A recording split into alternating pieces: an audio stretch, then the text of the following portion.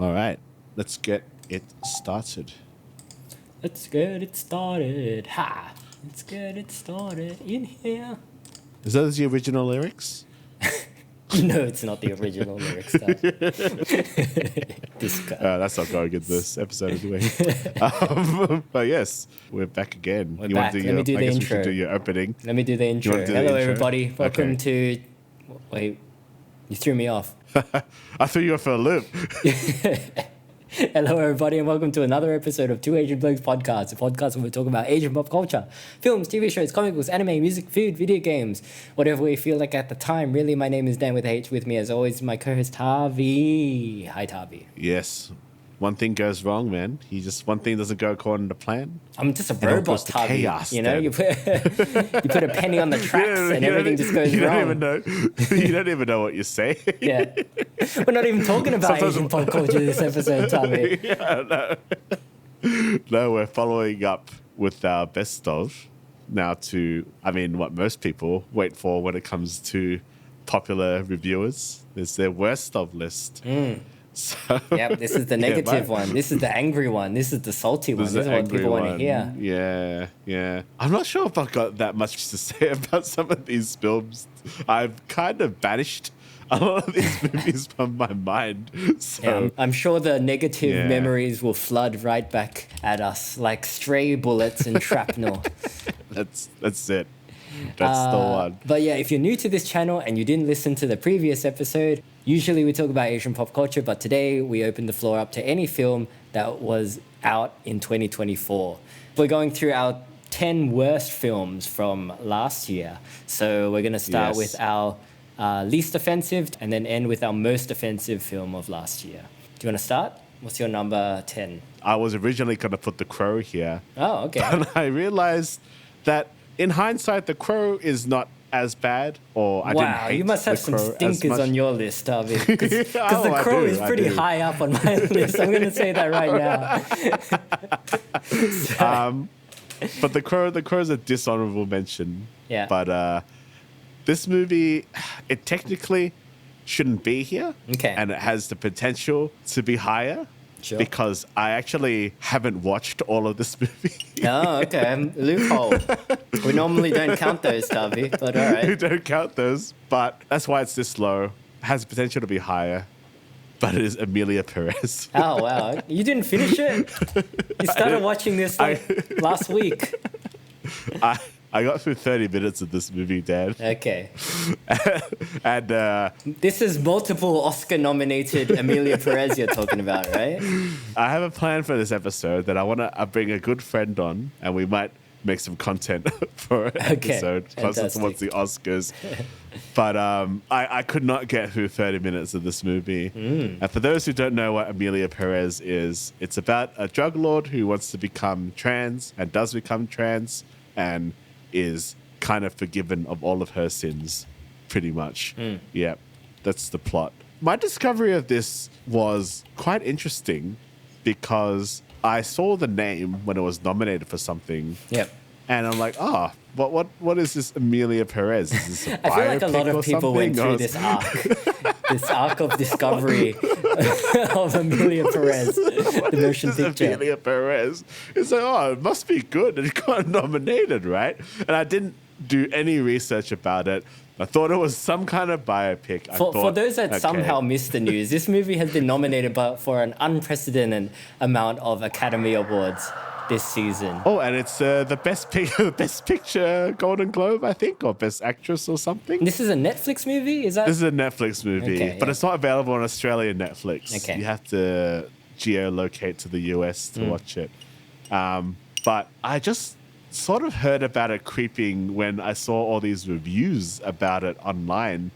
And the TLDR is this is the most hated Oscar-nominated film of all time. And that was even because before it is- that lady turned out to be a racist. the discourse to this movie is much more interesting than the film itself. All the stuff that has happened, like the lead actress is a monster.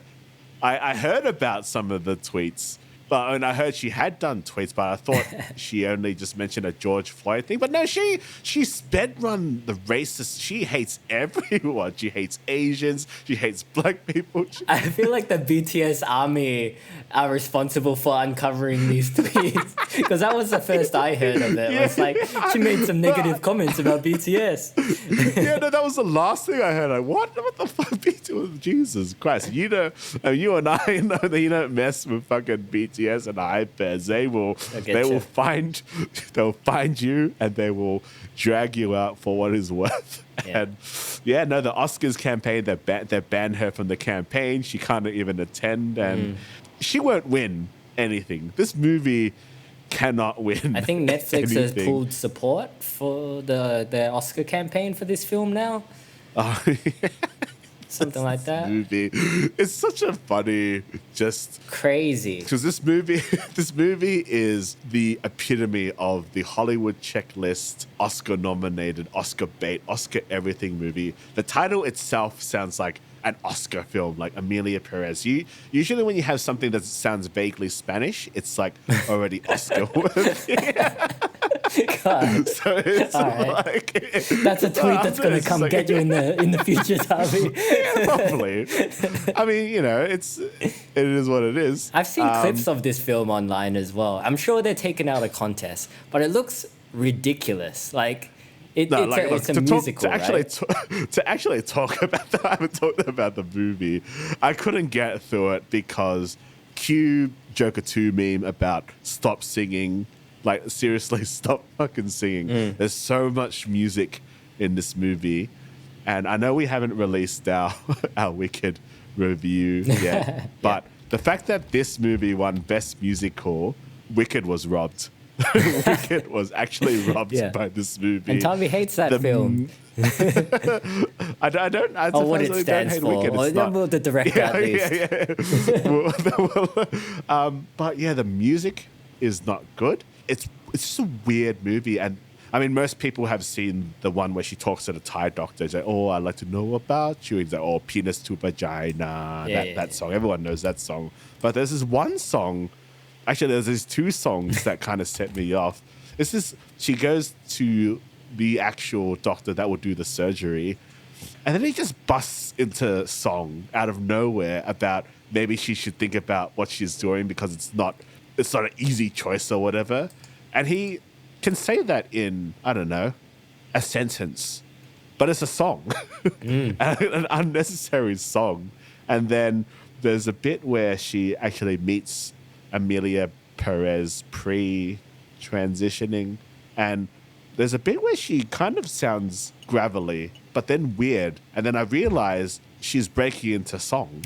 And it just sounded fucking stupid. Right. And then I think that's when I turned it off. I'm like, nah, I'm done with this movie. I need someone to watch this movie with.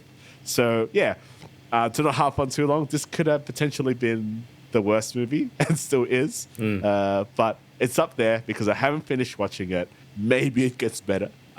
I doubt it, but maybe it gets better. Yeah. But the fact that it's insulting to trans people, I believe it's insulting to Mexicans. The French director, he even said he didn't need to do any research, and he even said offhandedly that Spanish is the language of poor people or something. So it's like, what the hell what is this movie? This movie getting all these nominations. It's astounding. Has killed the career for anyone except Zoe Saldana. She's probably the one that looks the best coming out of this movie, and she probably does the best in this movie so far. That's the only positive thing I can say about this movie. I've been ranting on for too long, so let's get to your number 10. Well, to preface this entire list, I actually don't think I watched that many bad movies this year. So for all the movies that are on this list, you're not that bad compared to previous years. You're still pretty bad, but you're not that bad. Which brings me to number 10, which is a movie that I regretfully put on this list. It's Maya, the Drowning Spirit. I regret putting it on there because it is an Indie Asian film, which I do want to support in general, I mean, but like it's not a good movie. I think this is kind of wasted potential. I think like the best thing I can really say about it is that I like the setting I guess, and I like some of the look of it. But yeah, like it really falls down in the storytelling department. Yeah, that's fair. No, I put my year as number 9, so Okay, we all can right. just talk about it now. The same reasons as you. It's a bit repetitive. Yeah. We've got a review. I might link it here. Yeah. I don't want to harp on indie Asian cinema in this way from a country that is not historically known for having huge budgets. I've seen some pretty good Vietnamese movies. They're on the rise, I think. Yeah. Vietnamese horror, especially.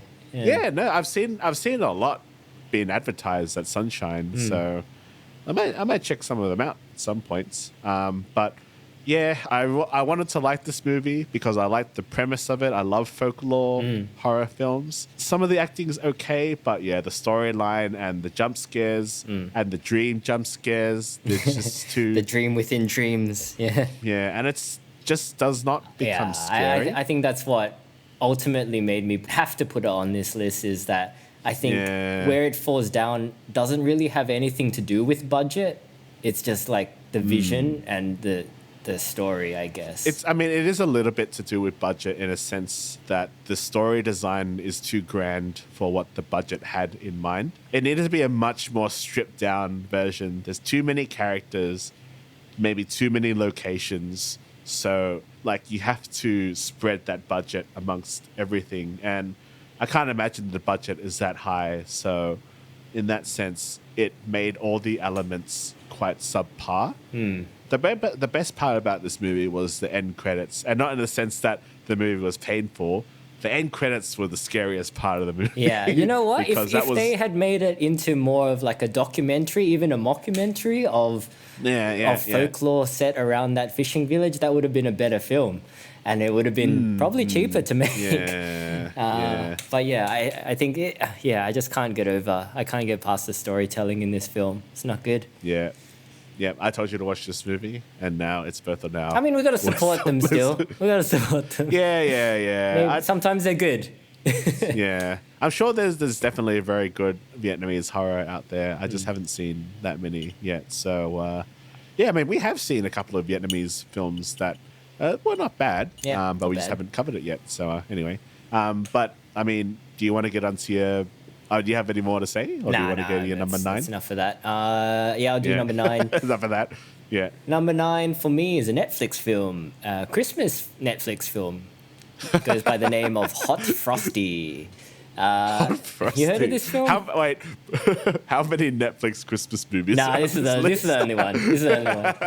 You have to pick the worst. Yeah. I've watched more than one Netflix Christmas film. It'll be too easy. You don't want a whole list. Yeah. And they are what they are, and that's why this film is not higher on this list. Because it is really bad, but I have not heard about this movie, so go on. The premise is there's a lady. She's unlucky in love, a typical rom-com lead. And it's Christmas time, but she's alone at Christmas time. This Christmas, her town is having a snowman making competition. So I think I know where this is going. So she's walking past the competition with snowmen, and there's one that stands out to her because it is like a chiseled, muscular man of a snowman. So she sees that the snowman is half naked. So what she does is she puts her scarf around the snowman's neck and then walks away. And the magic of the scarf or something brings the snowman to life. And upon coming to life, the snowman seeks her out and, they become close and eventually fall in love. And the power of her love, spoiler alert, turns him into a real man at the end of the film.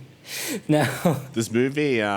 what you're describing, Dan, is the future of cinema because it sounds like a vertical. Do you know what a vertical is? No, go on. So it is a list of these very expository, poorly written wet dreams for older women, and they're usually featuring young actors, and they're designed to be watched on a phone. And the way you watch them is each episode is probably like a minute to 2 to 5 minutes long. Oh, so it's like a vertical soap opera in 1 minute snippets. Yeah, that's exactly what it is. Okay. But because you have to cram in so much, everything you learn in screenwriting school, you throw out the window. Yeah. Don't write too much exposition.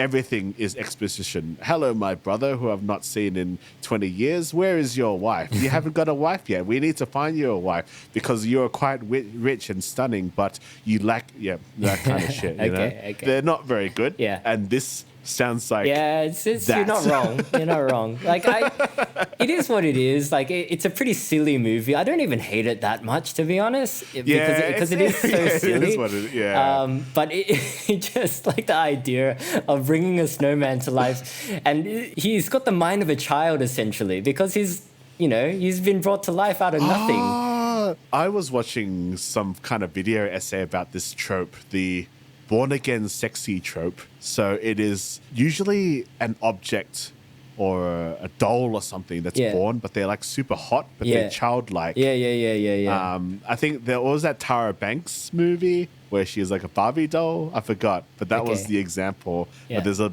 bunch of these movies, and it's people weird. Like, why would you fantasize about that? It's wrong. Like, I know they're good looking, but it's so wrong. It is weird. It's pretty wrong. Yeah. But like the movie isn't framed that way. You're not meant to think about it that way, right? You're just meant to kind of go with it and like, because it's supposed to make sense that the two attractive people will end up together, even though one of them has the mind of a child, essentially. Yeah. It's fucking weird. No good. Yeah. Look, I think I know exactly what the cinematography is like, and I know exactly what the acting quality is like. Yeah, you've seen this movie without having seen it. I've already seen this movie without already seen it. Yeah, I get it. So it's not a recommend for you. Well, I mean, I can't even say it's the worst of the Christmas films that I watched on Netflix, because some of them are just boring. But I put this one on the list because it is the most interesting to talk about. Yeah. Fair enough. Yeah. What's your number 9? Number 9 is the Amazon Prime original Jackpot with Awkwafina and John Cena. I had this on my dishonorable mentions list. I can't believe you watched it. The premise of this movie is about a lottery that people can enter, but then if you win, you have to survive a certain amount of time where all the lottery entries have the chance to get it, but they have to kill you. Yeah, it's whoever kills you gets the lottery jackpot, basically. Yeah, that's it. But if you survive until the end, then you get the Do you know jackpot. what I just realized? What? I forgot that Simu Liu was in this movie. I thought that was why you put it on the list, Thavy. No, I just remembered now because I was just remembering there's like this protection agency that you can hire as a jackpot winner. That's how she meets John Cena. The thing is, I like the premise because it's basically almost Battle Royale. But this movie is violent, not violent. So you have this potential for some pretty funny, dark humor scenes with deaths, but oh no, you're not allowed to kill other contestants. So that already makes it worse. Awkwafina's character is quite insufferable, but that's just kind of Awkwafina, unfortunately, because she can act, but she just doesn't choose the best roles. John Cena is John Cena. He's fine in this movie. John Cena is a highlight of this film, I feel. Yeah. Even Simu Liu, because Simu Liu, he's got a comedic timing. I wouldn't take him seriously as a Shang-Chi, but as someone who's kind of a jerk in this movie, like I buy it. Yeah. But I think this movie is just super wasted potential because I do like some of the fight scenes in this movie, and some of the action scenes are fine, but it's told in such a very toothless manner. But it's an MA-rated film, so it's not aimed for the general audience either. There's a level of maturity that its target audience. It's a pretty Paul Feig film. It is, yeah. I don't like Paul Feig. Yeah, I assume you don't. He's okay, I feel like, but yeah, I don't feel like his vibe would really suit you. It doesn't. Paul Feig was the wrong director for this movie. Yeah. It needed to be someone that has a more twisted view of humanity because, none of there's not that many, there's like no kills in this movie. I mean, Simu Liu dies, doesn't he? Spoiler alert. I think so. He gets blown up or something. Yeah. But he has a fun fight scene with John Cena, I think. They're standing on something and they fight. Yeah. let the other contestants kill it, because that's fun. That's the whole point of the commentary, right? Yeah. It ends up being something like Squid Game in that Or the example. Purge or something like that. Yeah, Oh, yeah. But the fact that it's, as you said, it's so bland and toothless. It's just people hurting each other. You lose a lot of that humor. Yeah. And then the humor is just that very typical American improvisational kind of gag stuff that's so fucking overplayed. And it's bad, but it's surprisingly not that far down my list, because there are some good things about this movie. It's got some redeeming qualities. I feel like you're right. Like, it should have been more violent. I feel like they should have given this to Matthew Vaughn. I think he would have been a better fit for it. Yeah, Matthew Vaughn would have been a much better because it's still role. like you can do a comedic tone, but still put a bit of grit into it, I guess. And that's kind of Matthew Vaughn's wheelhouse. I think they're just targeting the wrong audience. I think they wanted to get like the male demographic, but Paul Feig essentially makes, a lot of films for females as target demographic, and that's fine. But he's trying to please too many people where it doesn't please anyone, I suppose. Yeah, just not a good movie. That's what was that now? Number 8 was that? What's your number 8? My number 8 is Hellboy, the Crooked Man. You watched this movie? Yeah, I did. I really wanted to like this film, actually. I quite like Hellboy as a character. Yeah, Hellboy's cool. Yeah. Like the original Guillermo del Toro films are quite good. But the idea of Hellboy, the Crooked Man, is it's a bit lower budget, but they're taking it back to Hellboy's horror roots, I guess.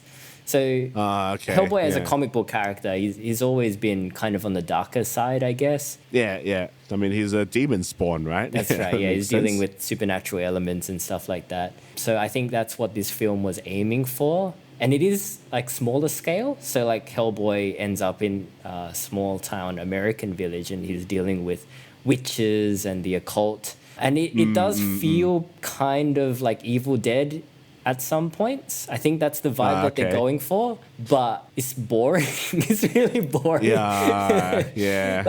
I feel like not enough happens in the film, and the effects as well are not practical enough to justify the reduced budget, I guess. And there's a lot of really bad CGI in this film, which shouldn't be in this kind of film, really, because it's going for more of a horror vibe. The color palette is really like, the saturation is quite low, which doesn't really work with the design of Hellboy, because he's red, right? So, when you mute his skin, it just looks bad. It looks like he's got a bad spray tan a lot of the time. Now, I haven't heard that much about this movie. It's more in line with the original comic book artist Mike Mignola's vision, but I think it just suffers from just poor pacing and just a lack of... Would you say a budget issue as well? Yeah, probably that. But like, I think even with a lower budget, you could have done something with this, but they just didn't. So, It's just disappointing. I watched the Neil Marshall version that was released a few years ago, which was also very maligned as well. I didn't mind it too much. It was a fun movie and pretty gory at times, and I liked the soundtrack to it, but it wasn't a very highly rated film, and I don't remember I think that movie is unfairly judged. It's a lot better than this latest iteration. I would say really? Yeah. Even though it is lower rated somehow on Rotten Tomatoes, but I think that movie suffered from following up directly after Guillermo del Toro's run. Guillermo del Toro, because he's got a lot of stans, a lot of fanboys. So but it's better. Yeah, no, people really hated that movie. Yeah. I don't think it deserved that much hate, to be honest. I think it's fun. Yeah, it's fun. It's more interesting than this one. And David Harbour is better. He's a better Hellboy. Okay, cool. Well, I guess where am I? What's your number 7? Number 7. Number 7 is she's not the director. I don't know the director, but Jennifer Lopez's Atlas. Okay, yeah. Yeah. I want to know if this movie is actually better than Jackpot, just thinking about it. I think I put it there because there's some elements about this movie that I like. This movie also has Simu Liu in it. Is that the element that you like? How many? I want to see if Simu Liu appears in. No, I think I completely forgot that Simu Liu was in this movie, and it's the main antagonist. He's probably one of the reasons why this movie sucks, because he does not do a villain very well. He's not compelling at all. I mean, the basic plot line is she's not a detective. She is someone who's too damn old for this kind of job, but she's not an actual veteran. She does some science shit, but she hates AI because it killed her parents. But she has to go and stop the Simu Liu AI because he's gone rogue and he's gonna kill the world. And then she goes with these soldiers who got these mech suits, but of course they all die when they land there. And then she bonds with this other mech suit. So it's basically shit Titanfall, if anyone's seen that. But there's some pretty cool action scenes in this movie, but there's just too much AI-generated scripting between J-Lo and the robot. It's just so by the numbers that it's just extremely forgettable. I mean, to the point where I forgot that there was an antagonist in this movie. There's the one credit thing is that there was one surprisingly shocking bit of violence in this movie, which I appreciate. But I honestly don't have that much to say about this movie. Yeah. That's why it's up there, because it is just such a meh movie. And the fact that this kind of movie is taking away like funding for much better projects that could exist is just like, asinine, I suppose. Yeah. That said, it looks very cheap. It's a pretty like low budget, and it's just Iron Man cam for the majority of J-Lo's scenes, so she can sit in a booth and and then she can do probably her in one of her mansions on a green screen. Yeah, doing that interview with Vanity Fair, and they come into your house and they're like, "Oh, we're gonna do a cute little interview," which is obviously stage, and then the guy's like, "Yeah, what's the thing from New York that you hear the most?" or something. She's like, "Fuck you," and it's just really cringe. Yeah.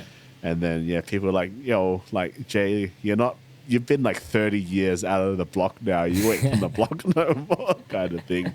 J-Lo's okay in this movie. She does surprisingly well for a throwaway role. Yeah. She can be a good actress sometimes. No, she can. Yeah, it's just a very bland movie. I don't have that much more to say. That's number 7. Fair enough. Yeah. Not going to watch it. Yeah. All right. Number 6 is Damsel. Damsel is my number 6. Oh, you know this movie? Yeah, my mum loves this movie. she watches it all the time, and I always see it, and I never pay attention to it. But yeah, I kind of know what happens. It's not very good. Damsel is a Millie Bobby Brown vehicle. It's a dark take on classic fairy tale Thavy. Millie Bobby Brown is a princess that's going to wed her Prince Charming, but it turns out Prince Charming's family feeds princesses to dragons so they don't get killed by the dragon. So then Millie Bobby Brown's character has to use her wits and her bravery to stay away from this dragon that's trying to kill her, but also get revenge on the Prince Charming's family. But doesn't she have like this like magical healing bug that just like does everything? Probably. I watched this movie a while ago. It's not very good or interesting. On premise, it sounds like something that could be something, which is why I decided to watch it. I didn't mind Millie Bobby Brown either. It sounds like something that could be something. What a sentence. That's the quality of this movie. Yeah. It sounds like something that might be something, but it isn't that something. Yeah, it's kind of like I watched a film, I think it was 2 years ago now, with Jamie Prince. Was it called The Princess? I think this was also on Netflix. Jamie King. The Prince is her character from Bullet Train. Yeah, that's right. I thought you loved that movie, don't you remember? I remember that shit more than you. Yeah. And it as well was like a darker take on the fantasy fairy tale genre, and it also wasn't very good. Well, aren't these supposed to be like subversions of the male fantasy of like the male guy getting the girl? But I guess they're supposed to be that, but they're also like just shit. kind of uninteresting action set pieces as well. Yeah. Because these two actresses, they do action, I guess. But like, I don't know, the way that I don't think the fantasy really works. Like the fairy tale element doesn't really work for what they're going for.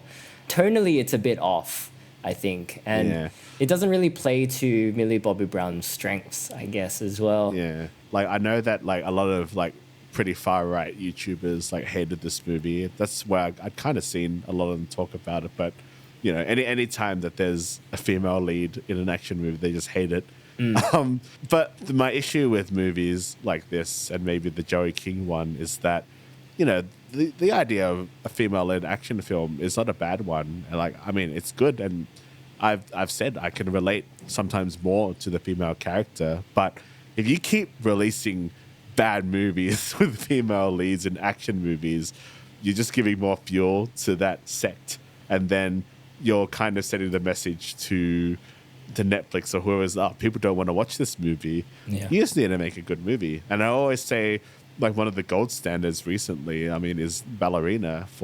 Actually, the one with Ana de Armas comes out this year. But I'm talking about the Jong Jun-seol one, which came out 2 years ago now. I love that movie. It can work really well. I think you can forget about, you know, the biological limitations because it can just look cool. I think they're overcomplicating it. I think you don't really need to think too hard about it. Like, just make a cool action film, right? With a vulnerable but strong protagonist. But the whole idea of subverting the fairy tale genre, it's a bit like high school, I think. Yeah, it is.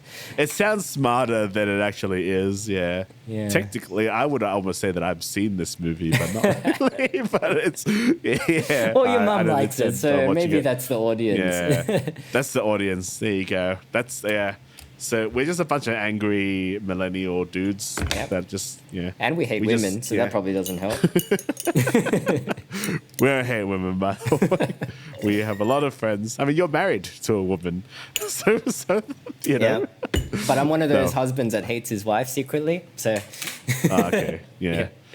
Better not let her hear this episode. One of those guys. I pretend to be at work, but actually I'm at the pub. You turn into a true tradie. So, shall I move on to number 6? What's your number 6? All right, so my number 6 is another female-led action film. Oh dear! It's Trigger Warning. Jessica Alba's Trigger Warning. This sucks even more because director Murli Surya.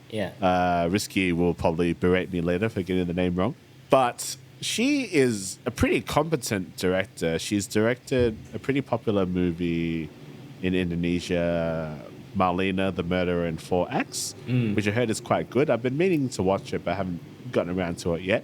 But this movie, it's really bad. I mean, the premise is Jessica Alba is ex-military person who goes home to her dad's ranch. It's going to be taken over by a bunch of guys or something, but they're shady, and then she unveils some conspiracy, but then she uses her training to fight them off. It's basically a movie that would have been much better if it was Jason Statham in the role. But what is really bad about this movie is its technical aspects. It is so fucking dark. I couldn't see jack shit in this movie. Like, just turn the exposure up. And I think Risky and I saw a little bit of behind the scenes, and it seems like there was a lot of lighting going on, but they just cranked up the shadows so much. I'm like, what the fuck? I can't see anything. And you've also got Jessica Do you think Alba. it might have looked really bad and slow in camera, so that's why they had to hide a bit of it? Yeah, probably. It's like Jessica Alba's first movie in years, and she's probably, you know, I mean, she's done action stuff before. I mean, she was in Dark Angel nearly 25 years ago now. So she has done action roles, but yeah, you know, she'd be out of practice. And yeah, maybe they tried to hide it because there's also a lot of really bad editing in this movie. Like, her character would just be teleporting all over the place. She's obviously not supernatural powers. It's just she has, I don't know, special forces powers or whatever, where she can just disappear around a corner and just teleport. Yeah. It's bad action direction when you can't really keep track of bad action direction where anybody is in the scene. Action it's hard, man. You need to be pretty experienced to do it. I mean, the plot is kind of just run of the mill. I mean, it's fine, but it's a pretty boring movie. It's just really dark. Do you think it would have been better if they gave Jessica Alba's character a blue-collar job and centered the movie around that job? And replaced Jessica Alba with Jason Statham? Yeah. Yeah, maybe, probably. Just a bad movie. Again, there's not really that much more for me to say about it. Poor action direction, can't see jack shit. Plot is cookie cutter, forgettable film, unfortunately. Yeah. I was initially excited to see Jessica Alba come back because I've always had a soft spot for her. I mean, she was my high school crush. I mean, I fucking love Jessica Alba and Dark Angel back in the day. So I'm like, it'll be cool to see her kick some ass, you know? I was on board. Yeah, female in action film with Jessica Alba. I'm there. And unfortunately, it didn't meet me there.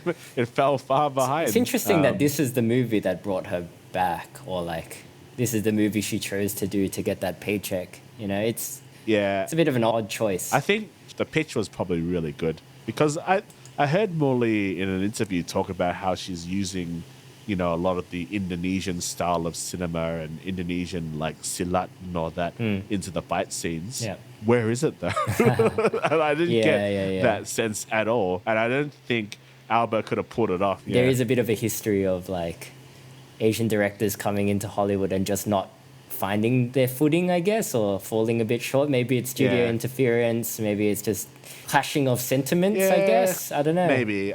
We've talked about John Woo's Hollywood experience. I might even talk about it this episode, Thavy. Who knows? Foreshadowing. Yeah, no, I'm pretty sure we'll definitely come back to that. Yeah. Shall I go on to my number 6? Yeah, let's do it. My number 6 is a movie called Under Paris, another Netflix film. This time, it is a what is French film. What is this movie? It's about a shark. It's about a big shark under Paris. I think I've seen this advertised. Yeah. Yeah, it is another movie that sounds more fun than it actually is. I mean, it's a French film, fairly low budget, so I kind of forgive it for any bad CGI that's happening in the film. But I think my main gripe is with just the plot of it. It's just, I think there's probably a bit too much commentary, maybe, that they're trying to cram into it. And it doesn't really fit into the narrative that they're trying to tell. It's weird. It's weird because, like, initially I thought this was kind of like a kind of pro-environment film because there's like these activist characters that are trying to say, you know, we got to protect this shark, and like it's actually people's fault that this shark has come into Paris because it's just trying to seek, you know, clean water or whatever. But then these activist characters get brutally murdered by the shark. So at the end of the day, I don't really know what message this movie is trying to tell. Just maybe it's that subversion of that theme where it's like, yeah, we're trying to say this, but also fuck it as well. It could be. I don't know. It was just, it happens so late in the film as well. And then the rest of it is kind of just a meander until the end, really. Yeah, pretty uninteresting film, pretty poor acting in it as well. I mean, I like France, I like Paris. Paris looks pretty good, but the movie doesn't. So what you're saying is that if the movie was Chinese funded and you put Jason Statham in there instead, with less, you know what? less commentary. I think Jason Statham would fix a lot of the films on my list here, Thavy. If Jason Statham was the snowman in Hot Frosty, I'd probably have more time for it, to be honest. I would not disagree with that. Jason Statham is the snowman. I can be cold, but not as cold as when you're dead or something. So I'm trying to think. I can't think of anything clever right now. Jason Statham. You're on my naughty list. You're on my naughty list. Oh, that can be said for one of the movies on my list coming up. All right, what's your number 5? Number 5 is Borderlands / Red One. Okay. As well. Putting 2 movies in your number 5. Yep. Fuck it. I don't care. They're probably around the same guy. They're as bad as each other.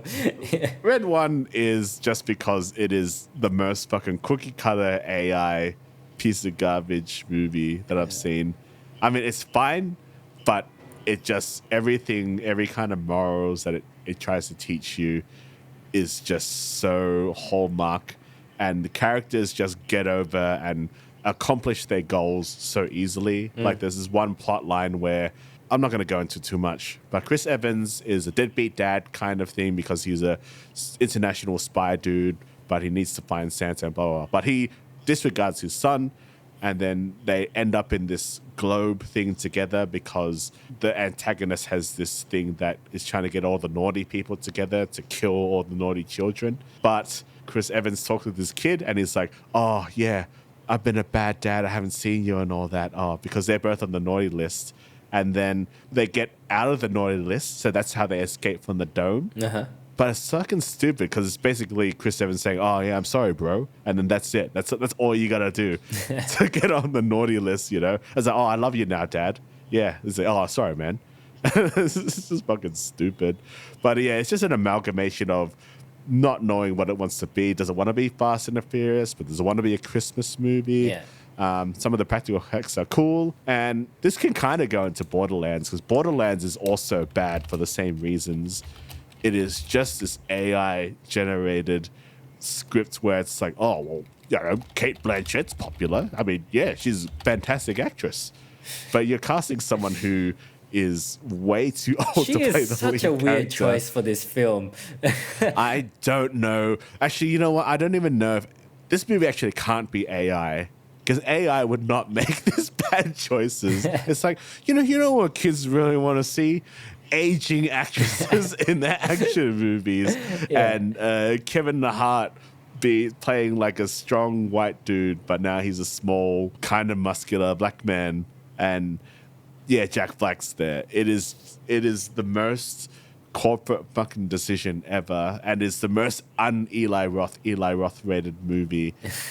But they made it, like, I don't think this would have improved that much, but they actually shot an R-rated version of it, and there was a lot of practical effects that they did, apparently, for Borderlands. But can't tell. The studio's like, nah, get rid of it. You can't tell. So it's just this bloodless, empty, boring piece of garbage. Sure. Just that no one watched. And this is factory filmmaking at its core, both of these movies. It is... One was more successful than the other, but each movie is the definition of kind of what's wrong with Hollywood, I think, and why this era of movies is considered to be the worst, because there's no love for any of these movies. I know Eli Roth just wanted to go make Thanksgiving, which was... I love that movie as well. I didn't love it, but I thought it was a very fun movie. It's a cool movie. It's Eli Roth. It's a slasher movie. He's like, yeah, like, look, I'm just going to get a paycheck. Kate Blanchett was practicing for tar while filming this movie. So, you know, she's, you know, this is a paycheck for everybody. It's a paycheck movie. But there's just people who are so delusional about it. Red One succeeds in that, yeah. The Rock's in it. You're already going to get butts and seats. But especially if it was on IMAX, Thavy. This movie, Red One with this technology, Red One. It's a game changer. IMAX, game changer. But why would you make these casting decisions? It's baffling. It's baffling. It's out of touch. And that's not to discredit any, because these are quite talented actors. It's a waste of their talent, quite frankly. It is, yeah. I don't know. Like, I don't understand. It's horrible. But yeah, look, I fell asleep during Borderlands because this was after the day that me and Sunman did our bad movie marathon. So I don't remember much of the ending, to be honest. And Red One I watched while I was cooking spaghetti or something. So it's pretty much, I watched it the way it was intended to be watched. Yeah. It was the proper Red One experience. Not in IMAX, but with my back to the screen and me being able to follow the plot exactly. how it goes. Yeah. So yeah, that's me being. You're that's contributing me to this era of cinema. yeah, I Thavy. contribute. That is. I should have pirated it, but I watched it on my Amazon Prime account. Let's keep the good times rolling, man. My number 5 is Trap. Trap. This is quite high on your list. I thought you liked this movie. It's a movie that I both like and dislike, you know, which puts it midway through my list of bad movies. It's a bad movie. You can't deny that it's a bad movie. Oh yeah, it's a bad movie. But it didn't even make my list this year. I'm surprised. But I do enjoy some elements of it. Even some of the bad elements of it, I do enjoy. I do like that the movie is very M. Night Shyamalan, in that it's a bad movie, but it's unapologetically bad. But I do feel like the first half of the film is quite strong, and then it just falls off a cliff. I think that's why I left it off, yeah. And that's kind of what's disappointing to me about this film, is that it's got some potential, and then it just goes and just M. Night Shyamalan's all over itself. Yeah. And everyone's just shaking in their boots. They're shaking. You see that interview when it's talking about that happening. It's classic. Shaking. Shaking. He's doing his thing. I thought the same as well. I think I left it off the list because I enjoyed that first hour of the film. Yeah. I thought it was quite but cool. that's why it's on my list, because I did enjoy the first hour of it, and then it just it's so disappointing. It just spoils it, and it didn't even need to be as long as it was, but I don't know, it just kept going. It kept going, Tommy, and getting worse and worse. Yeah. Bad. Disappointing. Bad movie. Yeah. Bad I can forgive, but disappointing not so much. Yeah. It's a shame because Josh Hartnett does a really good job being the lead. Oh in yeah, that he's movie. good. He's good.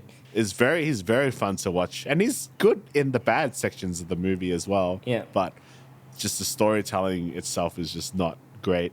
The setup is good. If you watch the trailer and you're still interested to watch the film, I would go ahead and watch it, because it's still pretty fun. But yeah, just be prepared to be disappointed by the end of it. Yeah, no, that's fair. Yeah. What's your number 4? This one is sort of a controversial pick for me because it's a local film. Oh, okay. And I kind of feel a little bit bad putting it on there, and this high up as well. Okay. And I've met some people that have worked on this movie. Okay, I know this. I'm not going to name names. They're lovely people. But I just had to be honest. And I actually had forgotten this movie existed. I was on a film set, and I was talking with a couple of the crew members that were talking about this movie. And I was like, oh, what is this movie? So this movie that I'm talking about is 5 Blind Dates. Yeah. So this is a rom-com. So it's already off to a bad start.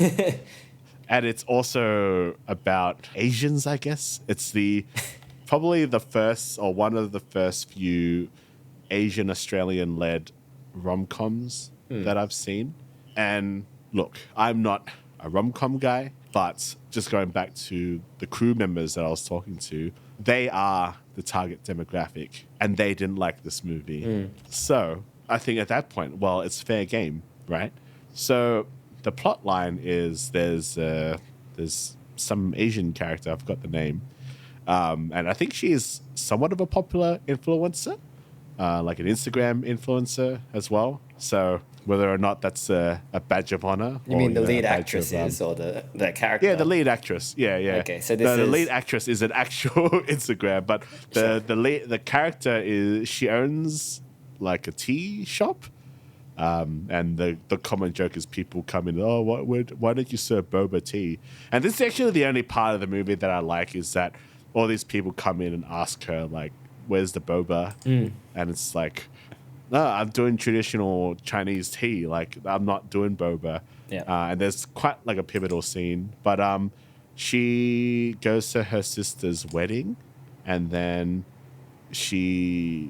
her parents are kind of like, oh, you need to get married or something. And then there's a fortune teller there, and she's like, oh, you got to go on 5 blind dates first, and then you'll find the one. And that's it. Okay. But there's this kind of, and it's my big issue with a lot of these Western Asian stories, is sort of this sense of exoticism that I know that it's not intentional, but it's still quite like, oh, the character's Asian, so fucking Asian the hell out of it as well. Yeah. But this movie is very derivative of every single rom-com that you've ever seen. So that was my friend's issue with the movie. The acting is what you'd expect from a rom-com, but I think this movie is just so derivative of all the aspects of a modern rom-com that I don't like. And then I think it's maybe the Asian Australian angle is kind of like, I mean, I feel bad for saying it doesn't feel genuine. It's just very stereotypical of that vision of what you'd expect. And it's just kind of lame. I don't know. Sure. I mean, it's been done before, right? So, It's like been you said, done, yeah. derivative not just of the rom-com genre, but of the themes. Yeah, like you've got the gay best friend, you've got the unfunny jokes, and then you've got like the shopping spree scene, then you've got the fucking let's try on different clothes scene, then you've got the falling out with the family, then you've got the dad's gonna come and give you a motivational speech later, and then you've got the guy that you're not really friends with, but you're obviously going to end up with him later. Like, that's the story. You already know. Sima is in this? Yeah, I think that's, yeah. So that's the big name on it. Yeah. Desmond Chiam. And yeah, I'm being a bit kinder to this movie just because, yeah, I know that, like... No, but this movie just represents everything that you hate. So I can see why it's on your list, Thavy. Yeah. Look, I gotta be honest, yeah. Some people might like it. I think a certain audience might like it, but I mean, just... I don't know who. I've met the audience that's supposed to like this movie. Well, it's the audience that doesn't watch movies, Thavy. So yeah. That's where the problem lies, isn't it? Yeah, I guess so. Yeah.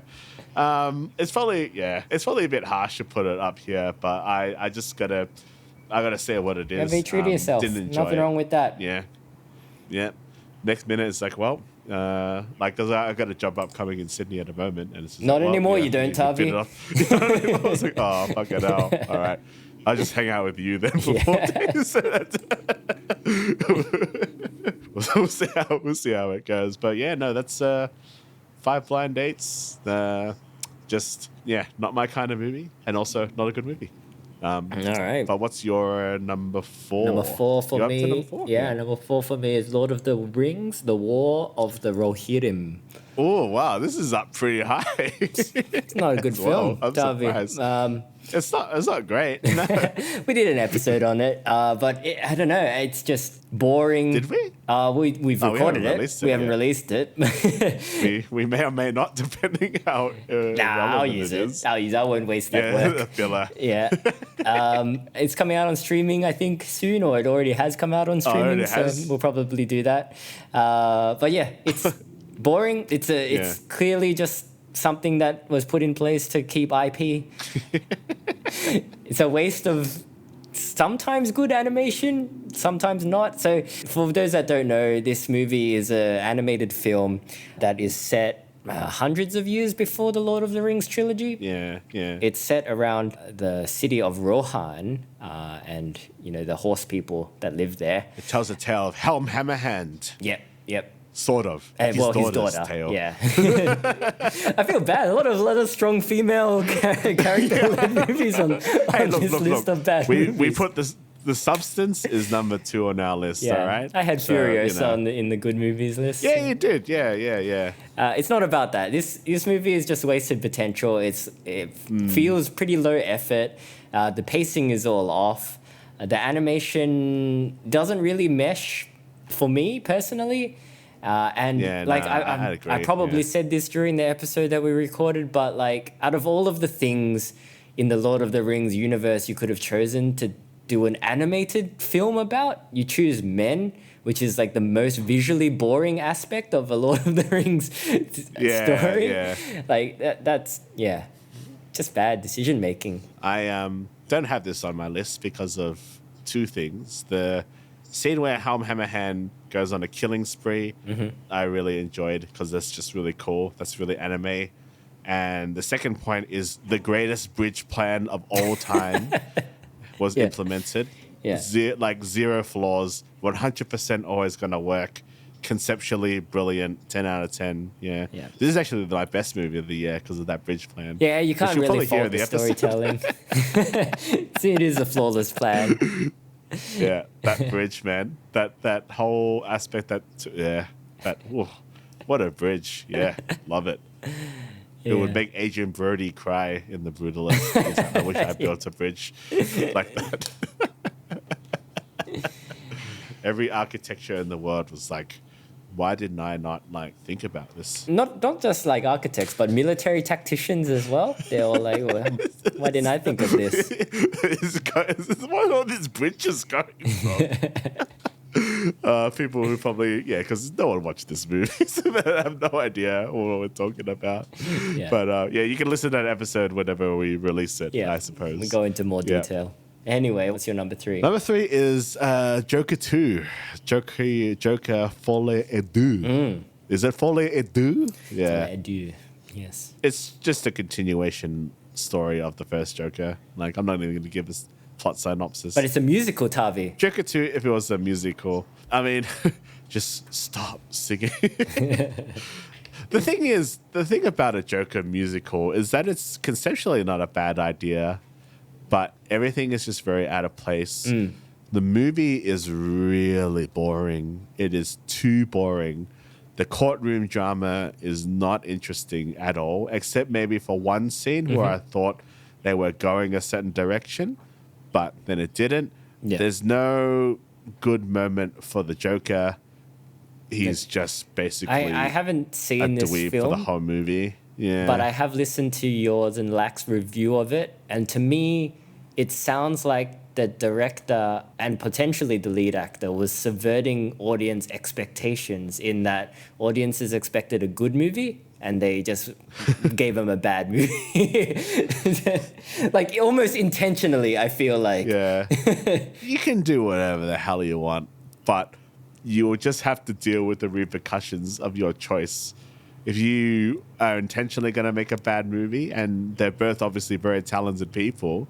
Yeah, they can make a bad movie. Yeah, they can make the hell out of a bad movie, Thavy. Yeah, they can make a bad movie, but people are just not going to like it.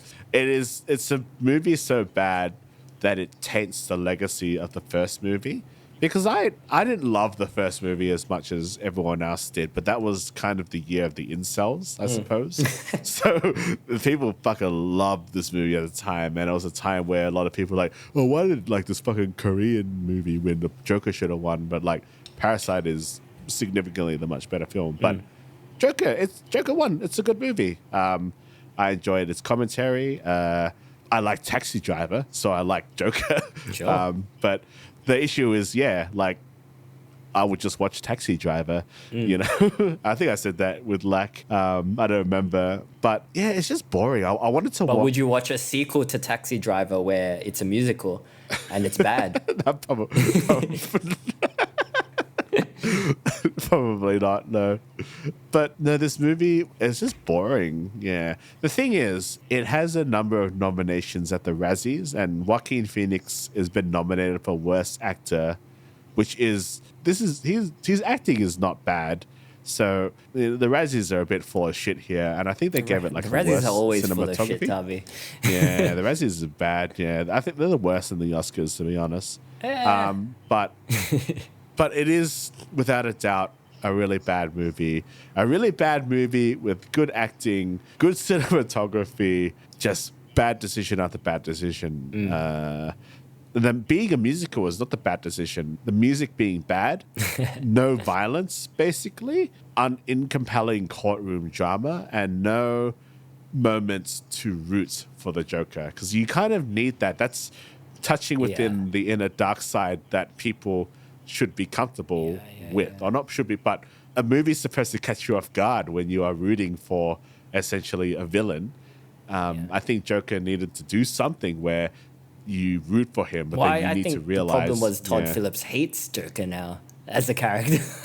I think the really? incels made him hate Joker. So it seems like there's an apparent disdain for this character, like just listening to the things that happened to him in this movie and the way that he's treated.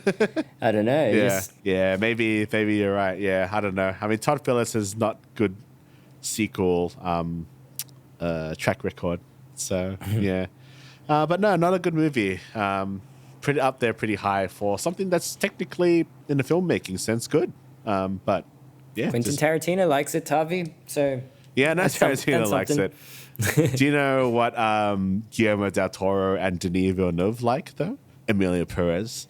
Oh yeah, it's in their top 5 films of last year, Dan. Okay. So I don't know. There's something stinky about these parts from these movies that seems to have grown accustomed to a taste, maybe a taste of cheese or something. Taste is subjective, Thavy. Some people like cheese. Anyway, my number 3 is The Crow. You mentioned this in your dishonorable mentions list, I think. Is that right? Yeah. The Crow is bad. It's a bad film. It's bad. It's high on my list because I quite like the original Crow movie.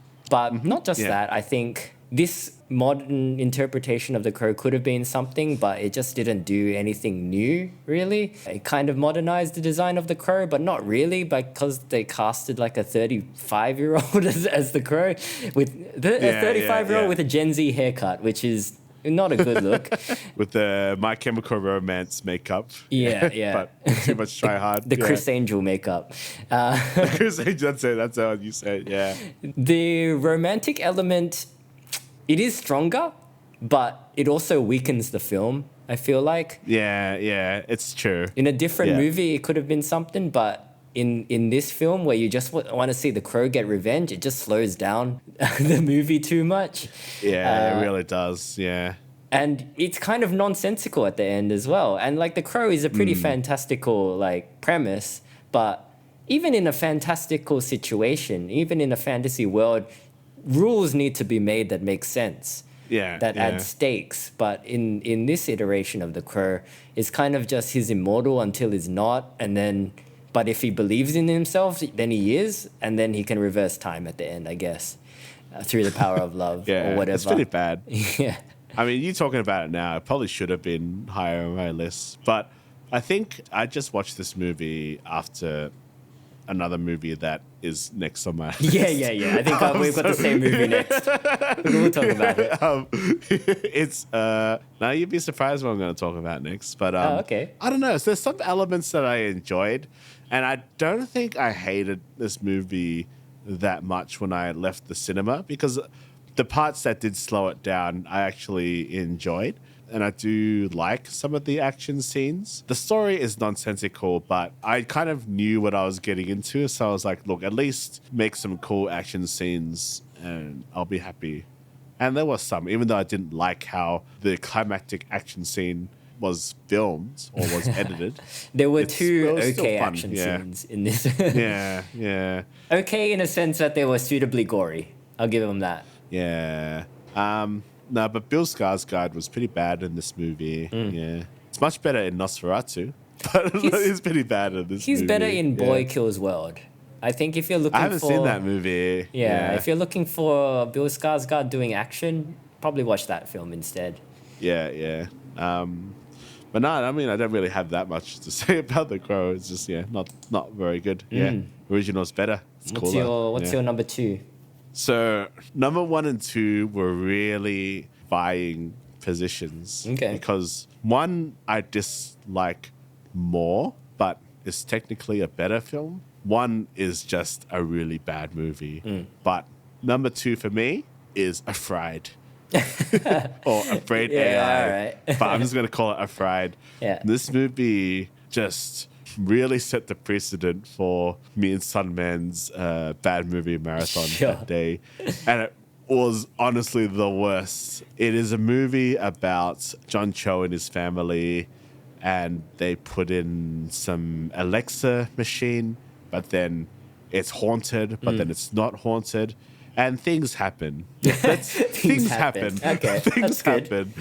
My issue with this movie, it is the themes about it are so pseudo-intellectual and that it tricks people into like thinking that it's a good movie. Like I've ever loved it. Oh, yeah, that was a good movie. It's like, I've never heard anyone say that this is a good movie, Thavy. I don't know who you're talking to. No, I heard it straight from the cinema. It's probably Peter Hitchner or something. But it's not scary. It's not fun to watch. It's not really anything. There's just all these elements that they've built up, but then they suddenly forgot, but then they've just put in, but then it doesn't really matter to them at all about anything. Would you say that it's the worst of the toothless Blumhouse horror era? Yeah, it is. Okay. Yeah, that sounds pretty bad. And I've watched Night Swim, which that probably might have been a dishonorable mention as well. I fell asleep during that movie. I haven't seen Imaginary, and I haven't seen If. Wait, is that the Ryan Reynolds movie? The kids one? That's not a horror movie. Imaginary is the horror movie. If is the Ryan Reynolds one. Yeah. It's the worst because it's just, there is no edge to this movie whatsoever. It's fucking shit. That's all I can really say. It's a bad experience. It's not fun. It's maybe it's a gateway for horror. I think I mentioned that there were some pretty fun interactions with, younger kids taking their siblings and, we will shield you from the scary scenes. But I wish the movie was scarier so then some of them could get traumatized because then they grow from that experience. You gotta get traumatized as a kid. Everybody our age has been traumatized by that movie that you watched when you were way too young. Yeah. You gotta do it. It's a rite of passage. It is a rite of passage. You need to watch something like, I think for me it would have been, like Jeepers Creepers and The Ring. For me it was Event Horizon. Liberate me. But this movie is just a big pile of fart, really. Farts. Is there an AI in fart? No, farts. A farts. It is a vaguely interesting idea, which is probably done better in a movie that you and I have seen this year. I won't name it because that's a movie that's better if you don't know much about it. Yeah. But I love themes about AI and stuff, but it's done in such a basic manner that it kind of. To be honest, even the premise sounds a bit basic. Oh, spooky. It's basic, haunted AI. Haunted AI. But I like haunted AI. It can be fun if you do it right. The good thing about AI is that they want to kill you because they're intelligent, not because they're haunted. I guess so. Your HAL 3000s or whatever. They're smart enough to know that they should kill you because you suck. That's the good thing about AI stories. Not because they're a ghost or whatever. Oh no, I don't mind. I reckon there's something there. I reckon you can make it work if you just know how to write something or not as neutered. Yeah, I'm not. Blumhouse, man. I haven't seen it, but apparently the Wolfman movie is not the best. I've heard okay things. I wouldn't put this as a dishonorable mention, but I was listening to an episode of something or some YouTube video about comparing Speak No Evil to the original to the Blumhouse version, which I enjoyed, but the last act of it really sucks. And listening to this talk about it made me realize, the ending really did suck for the Blumhouse Speak No Evil because it's so fucking current day Hollywood. Yeah. So I'm not a big fan of neutered horror. It needs to be substance style that pisses a sect of people off. I think you need to piss someone off to be a good horror movie or scare someone in that sense. And this movie does it. Well, it pisses me off because it's a bad movie. So it was so much of nothing that I got really mad watching this movie. I didn't want to walk out of it because I just wanted to see how bad it got. That's not even insane. It does get insane, but it's terrible film that no one saw. And good, learn a lesson from this Blumhouse. Just grow some teeth. Just fucking kill someone. Just have a little. Just add some barbecue sauce. Nah, I don't think they will. You're making horror. You're making horror. You're supposed to be playing on our fears or disgust all this shit. But it's just, I think they've got their audience and formula locked down for a while. I think they're doing all right. I think I need to I'm gonna not watch Blumhouse movies in the cinema anymore. Just make some of them better, man. Jeez. Yeah. All right, well, that's not what I was expecting. My number 2 is The Killer, remake of John Woo's classic film of the same title. Directed by John Woo as well, this remake, which makes it all the more disappointing. Yeah, just not a good film. I think, like, made even worse because of what it's based on. Really falls short. Like, they're not even in the same realm of cinema. These two iterations of this movie. It's not. Yeah. It's not because it's a female lead before you jump on me. I like female leads, man. I like them when they're done well. Yeah, and this one doesn't do it well. No. It's boring, it's contrived, there's no chemistry between the two leads. The action it's no good. It's not even John Woo. For the most part, it's just generic action schlock. Yeah. The mood of the film is all off as well. It's supposed to be noir, but it's just generic. It just feels like a Netflix film. I reckon they got a guy whose name is John Woo, but it's not the John Woo that we know. It is just a guy who has some interest in directing movies. And then they just needed a guy to put the name on. Jonathan Woo with a spell with a H. Yeah, Jonathan Woo with a U. It's Jonathan Woo. It's like, I'm John Woo. I did it's it's a pretty bad movie, man. Yeah. I mean, I feel bad because I really like John Woo as a director, like his older stuff, but I feel like he's just been worn down by Hollywood, and he's too nice to have any pushback in him as well, which I can't really fault, because I think it's good to be nice, but I also think if you're a creative, you should probably stand up for your own vision. Sometimes it doesn't work. You sort of have to have some pushback. You got to do a Shyamalan and just fund your own film sometimes.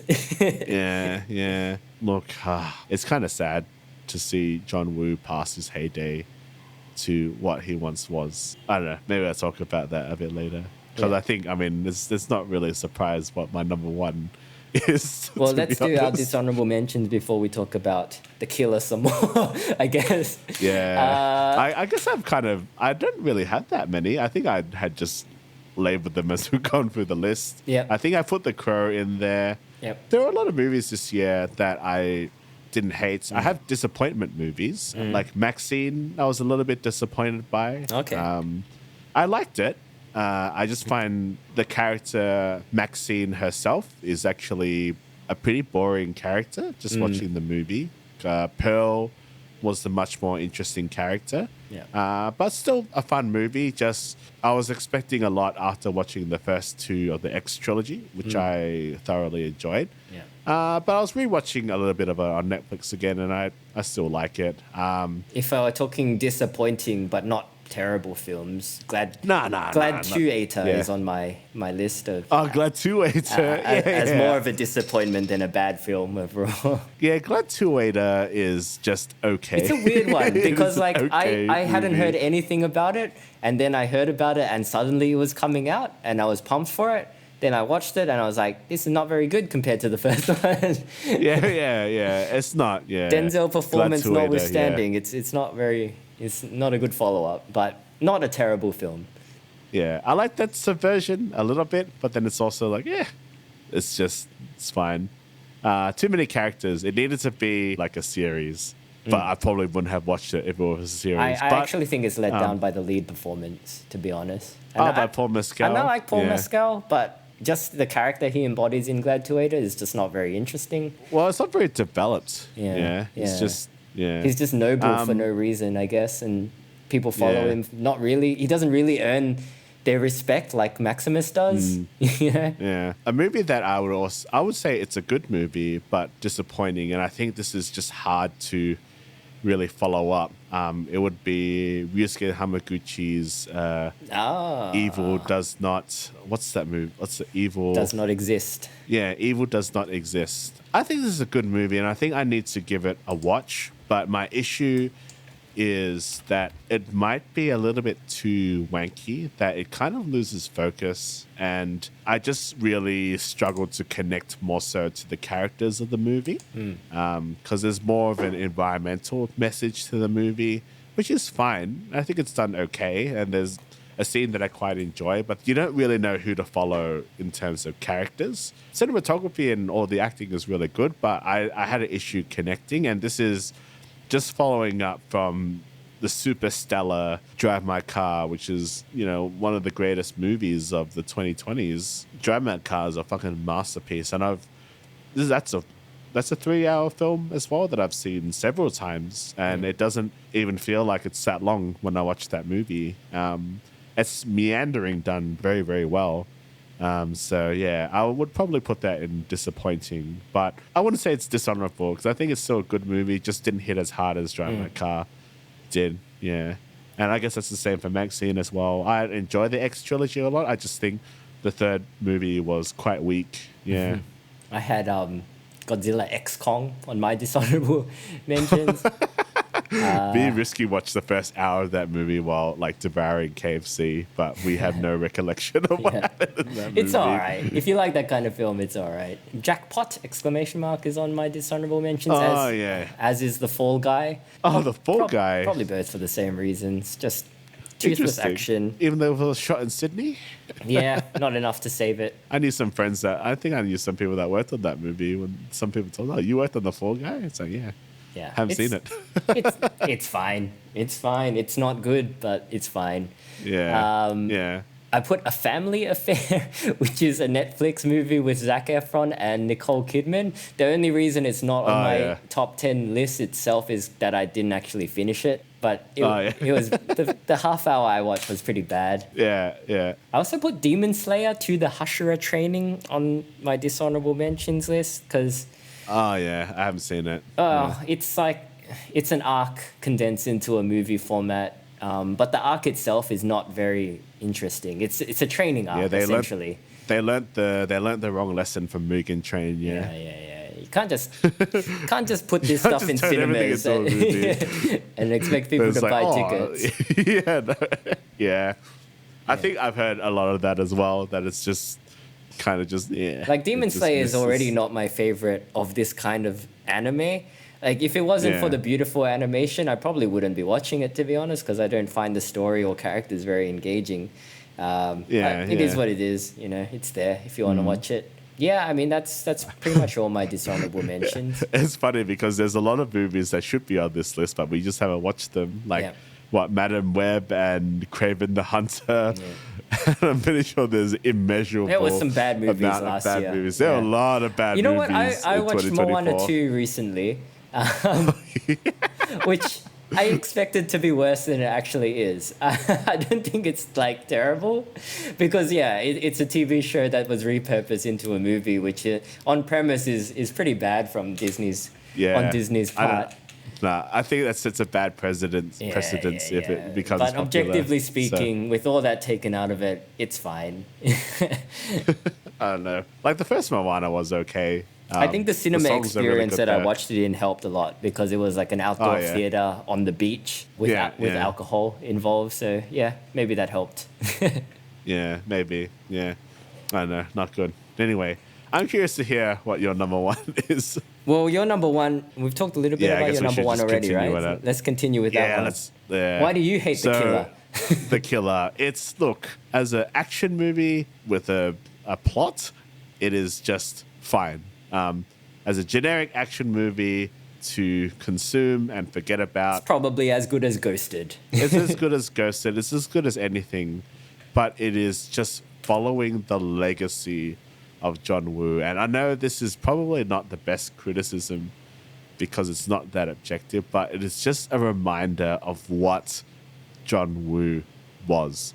And I was recently watching A Better Tomorrow, and it's just everything that is John Woo is so stripped out of this movie that it makes me angry.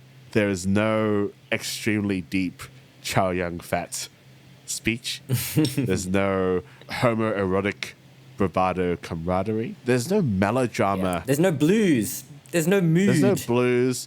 And I know melodrama is not for everyone, but I'm just really tired of this idea that everything has to be so snarky in terms of an action film. Like, you got to be a little bit ironic and stuff. And it just feels very millennial, the way that kind of writing is. Whereas A Better Tomorrow or any of the older John Woo films has those really cheesy scenes, but there's just so much sincerity and there's no one out there poking like, oh, look at us getting so serious all of a sudden, you know? And it's beautiful and it tears me up. And the reason I watched A Better Tomorrow is because I came across the Chinese beaver meme for the first time. And I was just like, that's just deep, man. Like, I didn't even know it was from A Better Tomorrow because I hadn't seen it for a long time. But when I saw this beaver just giving this super emotional speech, I was getting emotional, man. Like, damn, man, like this beaver knows what he's talking about. I don't know what he's saying. And then my friend, it's from A Better Tomorrow. And then when I was like, holy shit, like the fact that people gravitated towards this meme and they don't know what he's saying, and they're like, shit, that's deep. You look at the comments, it's like, oh man, what he was actually saying was super deep, right? And then to watch this pale, crappy imitation of just very bland everything, bland action scenes, bland chase sequences, just all the really bland Hollywoodisms that has entrenched itself in this movie, all the bad CGI blood, all the bad CGI gunfire, it just makes me sad. And that's why I hate this movie, because I would never get to see this kind of movie ever again. Well, you can always rewatch The Killer. Yeah, I can rewatch the original. It's timeless. Like, for people that, if there's anybody that says the remake is better, then you should not be reviewing movies. Or your opinions are not valid. That's just you're just wrong, because that is just objectively wrong. And there are these bunch of really good reviews that I read, and it's like they're obviously paid for, like how John Woo is back at his finest. Like, what are you? Were you watching the same movie? Did you just watch The Killer again and just assume it was the same because you didn't want to watch it? Yeah. You know, I think we will never be able to share that opinion. Until the check clears and we're paid for our opinions, we will never be able to share that opinion. Yes, I love John Woo's The Killer. It is a fantastic movie. It did the money come through? I also love The Killer. Yeah, top 10. This is the worst. This is the best. This is The Killer remake. But it's also bad because this movie does not even shine a light onto anything that is in John Woo's previous category, because for a filmmaker that has influenced a lot of Hollywood's stuff, you know, action cinema in general, you can't get the original Killer very easily. You can't get Hard Boiled and Better Tomorrow that easily. Like I think we said in the episode, even if there's a remake that we don't like, at least it's still available somewhere to watch the originals. I honestly think the Beaver meme did a better job of bringing people back to John Woo's movies than John Woo himself. You know, man. Yeah, it's tragic. Like, as I said during it is watching the corpse. It is unveiling the corpse after your loved one has died and identifying the body, and it's just like, it's sad. Yeah, mutilated corpse, rubbish movie. Don't watch it. 0 out of 10. Get rid of it. Yeah. Yeah. If you're thinking about watching The Killer 2024, maybe just watch the Beaver meme instead. You want to actually see something that brings you back to John Woo? I mean, watch John Woo movies, but the Beaver meme, man, it's all there. They did a better job remaking John Woo than John Woo. It's just fucking weird. That is such a weird sentence to say. A Beaver meme, John Woo'd better than John Woo himself. Yeah. What a time to be alive. 2025, Thavy, the best. Anyway, that was my extremely long rant. What's your number one? My number one worst movie of 2024 is Rebel Moon Part 2, the Scar Giver, the director's cut. Oh, you watched not even part 1, just part 2? Yeah. So Are you put both of them no, in there? I have a story about this. Okay. I watched Rebel Moon Part 1 and Part 2, the non-director's cut version. And I thought they were pretty bad films. But at the time I said, they're pretty bad, but the visual spectacle is there. So if you need to kill time, like for example, if you need to fly somewhere pretty far away, they're pretty long visual spectacles. So they'll probably get you through the flight. Recently, we went to Japan. Yeah. For a good occasion. I got married. It was a good occasion. But eventually I had to come back to Australia, right? Mm-hmm. And on the flight back home, I think it might have been the flight or the connecting flight, one of the flights, right? I was separated from my wife because the seat that I was assigned to didn't actually exist on the plane. So I was unable to sit next to my wife. Yeah. I had to sit somewhere else. Which is fine, we can go a few hours without being with each other. But the only thing is I didn't really have any entertainment to get me through those hours. I was desperately looking for something to do. I tend to fly budget, so I don't have much in the way of in-flight entertainment, and I don't have internet. So I looked on my phone, looked at what I had downloaded, and I saw Rebel Moon Part 2, the Scar Giver, the director's cut, which I think I had downloaded just out of curiosity as to what does this director's cut add? So I put it on. I thought, this will kill a couple of hours of my flight. Excruciating, Thavy. This is terrible. Even as an exercise in wasting time, it's a waste of time. Wow. So it's worse than the studio version that told him. I don't even know if it's worse. It's the second time I'm watching this story, which wasn't good the first time I watched it. Yeah. And, there's supposedly more gore, but because my memory of that film is so distant and vague, I don't even know if there's more gore added to it. It certainly didn't add anything to it if there was more gore. There's boobs in it, which I guess is something, but it's just, I don't know, it's a bad film, and it's not made better by the director's cut. It's made longer, but it's not made better. A lot longer. Is it 5 hours or something? I think it's 3.5 maybe, but it felt longer, but not in a way that made me feel good about. It didn't make the flight feel shorter. So you are gonna piss off another fandom. So are you pissing off the Snyder fanboys? I don't even think Snyder fanboys can defend this movie. I don't hear much about these movies in general. I don't think people are really in defense of them. They're just objectively bad, even if you are a Snyder fanboy. I can't even really hate on them that much because I think it's all been done before. But I'll just say that I was already pretty annoyed that I had to sit apart from my wife, and this movie didn't help. And because of that, it's on my... And because it proved me wrong, thinking that this movie was a good way to pass, to waste time, it's my number one worst movie of 2024. I thought it was they added a significant amount of gore because these went from M-rated films to R-rated films, but it didn't seem like it's really that bad. I think there's swearing in it. Interesting. I think there's boobs in it. I think all of those bump up the rating, but doesn't bump up any aspect of it. Well, the quality, but also it doesn't really add anything as far as I can tell. Even in a bad way, it doesn't add anything. It just makes it longer. Zack Snyder is an interesting director because I do like some of his stuff. Yeah, I do too. 300, man. I do too. Watchmen. I like Watchmen. That might be a controversial opinion. I like Watchmen I like as well. Watchmen. But nah. I had never really had an intention to watch it.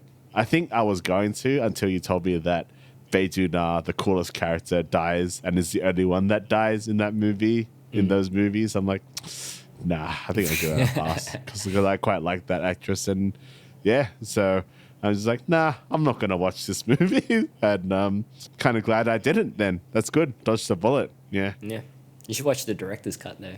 It's longer. I do like long movies, but no, I'm not going to. I don't like long stuff if it's tedious. Yeah. And if it's got a strong female lead in it.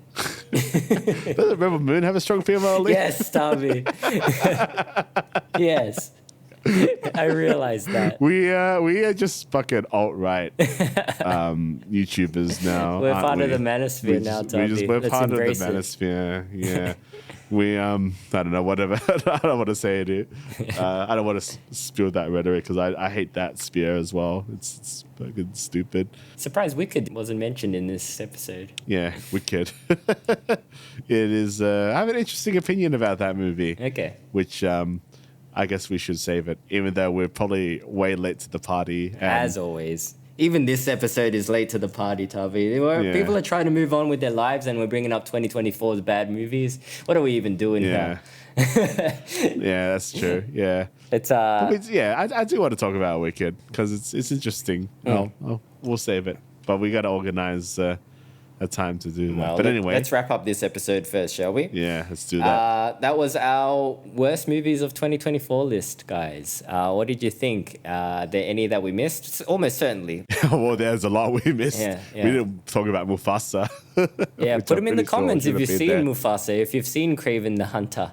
If you've seen Madam Web, let us know how bad they are. That's always fun. But yeah, if you want to get in touch with us, you can do so at twoasianblokes@gmail.com. You can join our Facebook group to be part of the conversation, or you can follow us on Instagram and TikTok at @twoasianblokes to see what we're up to. Yeah, let's try to move on with our lives, shall we? Let's look forward to a really good 2025. It's already off to a cracking start with Emilia Pérez just storming the Oscars. Yeah. Good stuff. Well, what a movie. Looking forward to a good 2025 because there's some interesting movies coming out this year. Mm-hmm. Not too many stinkers. Maybe Fantastic Four, but people are jazzed for it, Thavy. People are really excited for Fantastic Four. Yeah. I'm not a huge comic book fan, so I thought it looks quite mid, but could be wrong. But might be good. Yeah, we'll see how it goes. All right, that's us for now, guys. We'll see you later. See you later, alligator.